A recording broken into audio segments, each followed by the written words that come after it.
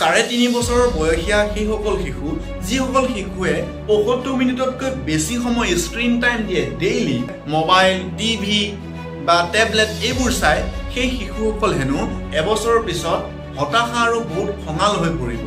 এই কথাখিনি মই কোৱা নাই, জামা পেডিয়াট্ৰিক্স নামৰ আলোচনী এখনত প্ৰকাশ পোৱা তথ্য অনুসৰিহে মই এই কথাখিনি আপোনালোকৰ আগত অৱগত কৰিছোঁ। A study published in the journal JAMA Pediatrics found that children logging 75 minutes or more of daily screen time at 3.5 years old were more prone to outbursts of anger and frustration a year later.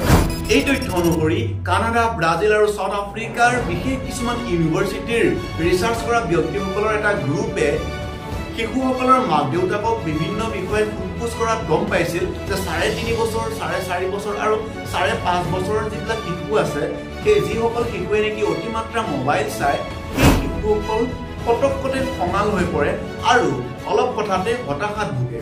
জয় আই অসম বন্ধুসকল, আপোনালোক সকলোকে আমাৰ নতুন এটা ভিডিঅ'লৈ স্বাগতম জনাইছো। আপোনালোকে নিশ্চয় জানে মোবাইলটো এনেকুৱা এটা বস্তু য'ত ভাল বস্তুবোৰ সাৰ্চ কৰিলে সহজতে পোৱা নাযায়, আনহাতে বেয়া বস্তুবোৰ মোবাইলৰ সেই স্ক্ৰিনৰ সন্মুখতে জিলিকি থাকে। তেনে অৱস্থাত বেছিকৈ মোবাইল ব্যৱহাৰ কৰা শিশু এটাই বেয়া কথা শিকাটো একেবাৰে সাধাৰণ কথা। আপুনি আৰু মই নজনা এনেকুৱা বহুতো বেয়া কথা অতি কম বয়সীয়া শিশু এটাইও হয়তো জানে। বন্ধুসকল, বৰ্তমান সময়ত এনেকুৱা বহুতো শিশু দেখা যায় যিয়ে নেকি ঘৰলৈ যদি কোনোবা আলহী নাই বা বয়োজ্যেষ্ঠ আহে তেন্তে তেওঁলোকক কোনো গুৰুত্ব নিদি কেৱল মোবাইলটো লৈ ভিডিঅ' গেম খেলা নাইবা বিভিন্ন ধৰণৰ ভিডিঅ' চোৱাত ব্যস্ত থাকে। আচলতে শিশুসকলৰ এনেকুৱা আচৰণৰ কাৰণে মূল জগৰীয়া তেওঁলোকৰ পিতৃ মাতৃ।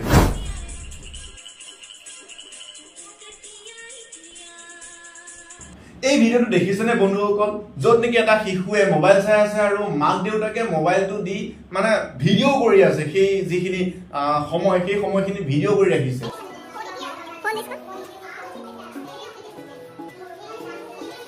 আচলতে এনেকুৱা এই দুই এটা উদাহৰণ নহয়, এনেকুৱা হাজাৰ হাজাৰ উদাহৰণ আছে। বন্ধুসকল, আজিকালি মাকহঁতে কি কৰে জানেনে, শিশুটিয়ে যদি আমনি কৰি থাকে তেন্তে মোবাইলটো দি নিশ্চিন্ত মনে কামত ব্যস্ত হৈ পৰে। আৰু এনেকুৱাও কিছুমান উদাহৰণ দেখা যায় য'ত নেকি মাকহঁতে শিশুটিয়ে যেতিয়া ভাত খাব নিবিচাৰে বা পঢ়িব নিবিচাৰে তেতিয়া মাকহঁতে প্ৰতিশ্ৰুতি দিয়ে যে তই পঢ়িলেহে মোবাইল চাব দিম, তই ভাত খালেহে মোবাইল চাব দিম। কিন্তু আমাৰ দিনততো তেনেকুৱা নাছিল। আমাৰ দিনত কি আছিল বাৰু আপোনালোকে নিশ্চয় অনুমান কৰিব পাৰিছে। দুটাই অপশ্যন আছিল আমাৰ হাতত, হয় ভাত খাব লাগিব নহ'লে পিটন খাব লাগিব, হয় পঢ়িব লাগিব নহ'লে পিটন খাব লাগিব।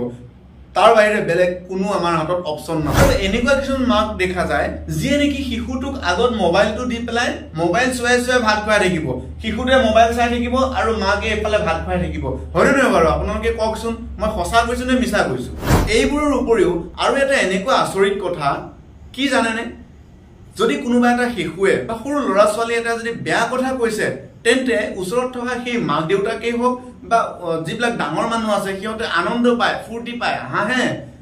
এই যেতিয়া ফূৰ্তি কৰে তেতিয়া শিশুটোৰ মনত উৎসাহ জাগে যে এইটো মানে ভাল কথা, আৰু হাঁহাবলৈ চেষ্টা কৰে, তাৰ কাৰণে আৰু কিছুমান বেয়া কথা তেওঁ মুখেৰে মাতে আৰু যাৰ ফলত ই এটা গৈ পেলাই কি হয় অভ্যাসত তেওঁৰ পৰিণত হয়।